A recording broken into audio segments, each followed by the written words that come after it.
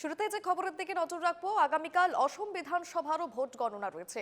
বাংলাদেশ সীমান্ত লাগোয়া মানকাচরে কার্যত কড়া নজরদারির ছবি। রাজ্যের সবচেয়ে বড় কেন্দ্র 11 নম্বর মানকাচর। ভোট গণনার জন্য তৈরি দক্ষিণ শালমারা মানকাচর প্রশাসন। ত্রিস্তরীয় নিরাপত্তা ব্যবস্থা করা হয়েছে মানকাচরে।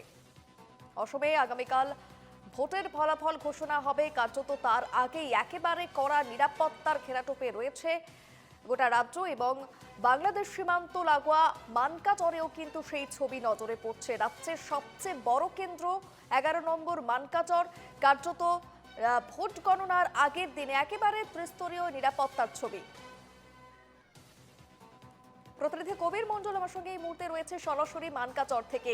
কবির, একেবারে গোটা অসমবাসীর নজর রয়েছে আগামীকালের দিকে, কারণ নির্বাচনের ফলাফল ঘোষণা হবে। তবে তার আগের দিন থেকে আমরা যে ছবি দেখছি, একেবারে কড়া নিরাপত্তার ছবি। এই মুহূর্তে তুমি যেখানে রয়েছো, সামগ্রিক কি ছবি রয়েছে দেখতে চাইবো, এবং ভোটের ফলাফল কি হতে পারে, সাধারণ মানুষের কি মতামত?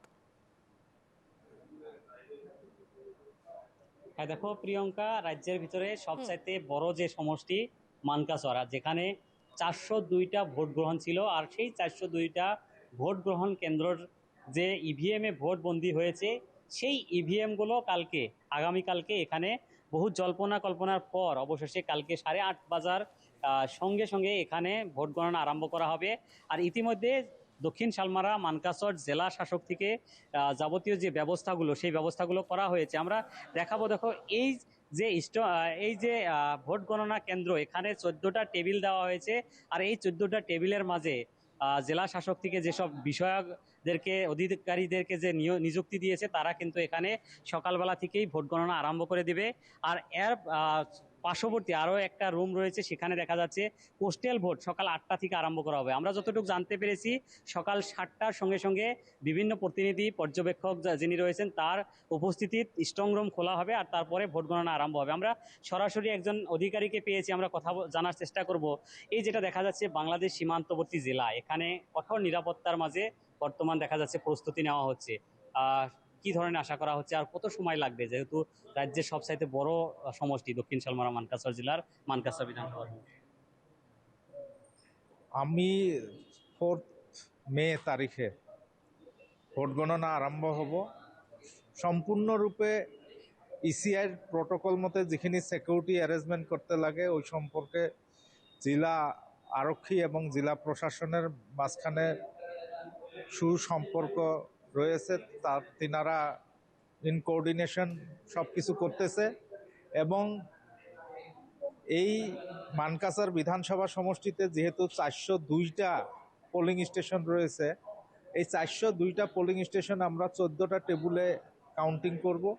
14টা টেবুলে 1 রাউন্ড, এইভাবে 29 রাউন্ড কাউন্টিং হবে। আমরা এক্সপেক্ট করতেছি যে 20 আওয়ার্স সময় হয়তো লেগে যাবে।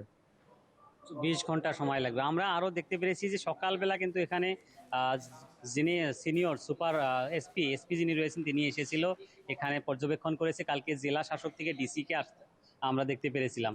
তারা নিরাপত্তার দিকে কি কি ধরনের ব্যবস্থা করেছে? না, নিরাপত্তা যে ব্যবস্থা, সেটা সুনিশ্চিত একটা ব্যবস্থা। 3 টায়ার সিস্টেম। আমাদের যে ভোট গণনা কেন্দ্র, ওখান থেকে 100 মিটার ব্যারিকেডে একটা লেয়ার থাকবে। তারপর হাটসিংমারি কলেজ, যেটা আমাদের ভোট গণনা কেন্দ্র, ওখানে ক্যাম্পাসে একটা থাকবে। এবং কাউন্টিং হলের যে গেট, ওখানে আবার সিকিউরিটি অ্যারেঞ্জমেন্ট থাকবে।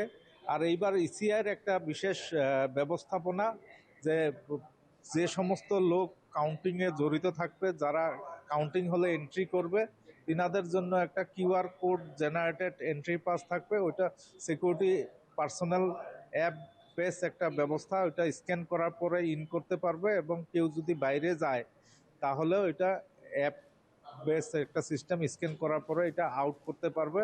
সমস্ত কর্মচারী যে সকল আমাদের ভোট গণনাতে জড়িত থাকবেন, এবং যে সমস্ত কাউন্টিং এজেন্ট নিয়োজিত হয়েছে, এবং যে সমস্ত ক্যান্ডিডেট এবং ইলেকশন এজেন্ট যারা ভিতরে আসবে, তাদের এই সমস্ত কর্মচারী এবং এজেন্ট এবং ক্যান্ডিডেটের ডাটাবেস একটা আমাদের সিস্টেমে থাকবে। সেটা আমাদের হায়ার অথরিটিও এটা মনিটর করতে পারবে।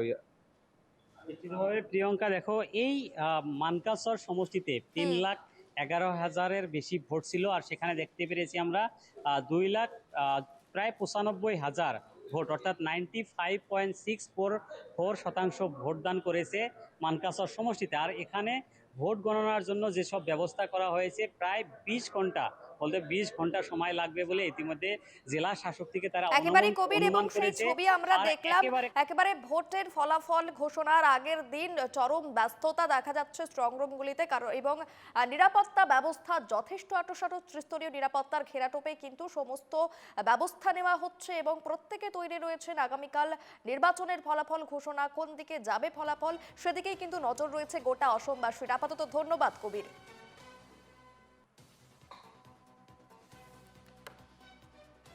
আমাৰ গোটেই যিমান কাউণ্টিং হলৰ ভিতৰত আৰু ইভিএম মুভমেণ্টৰ যোন কৰিডৰ আছে সেইটো CCTVৰ ছাৰ্ভিলেঞ্চৰ ভিতৰত থাকিব, আৰু সেইটো পলিটিকেল পাৰ্টিজ আৰু মিডিয়াৰ মানুহৰ কাৰণে সেই CCTV ছাৰ্ভিলেঞ্চটো আমি টিভি লগাই দিছোঁ যাতে মানুহে গৈ চাব পাৰে। আমাৰ 2খন হল আছে, যিহেতু এটাই ছিংগল LEC ডিষ্ট্ৰিক্ট হয়। আমাৰ ইভিএম কাউণ্টিঙৰ কাৰণে এটা হল থাকিব আৰু আমাৰ পোষ্টেল বেলটৰ কাউণ্টিঙৰ কাৰণে এটা হল থাকিব। আমাৰ পলিং ষ্টেচন 1-ৰ পৰা হ'ব, গাঁওচালমাৰাৰ ফালৰ পৰা ষ্টাৰ্ট হ'ব till এইটো কাকৰিপাৰা যাব। CRPFৰ যিমান আমাৰ অফিচিয়েল থাকিব তেওঁলোকে এবাৰ এণ্ট্ৰি কাউণ্টিং হলৰ ভিতৰত QR কোড স্কেন কৰি কিছুমান নতুন ফিচাৰটো মানে ছিকিউৰিটিৰ কাৰণে এড হৈছে।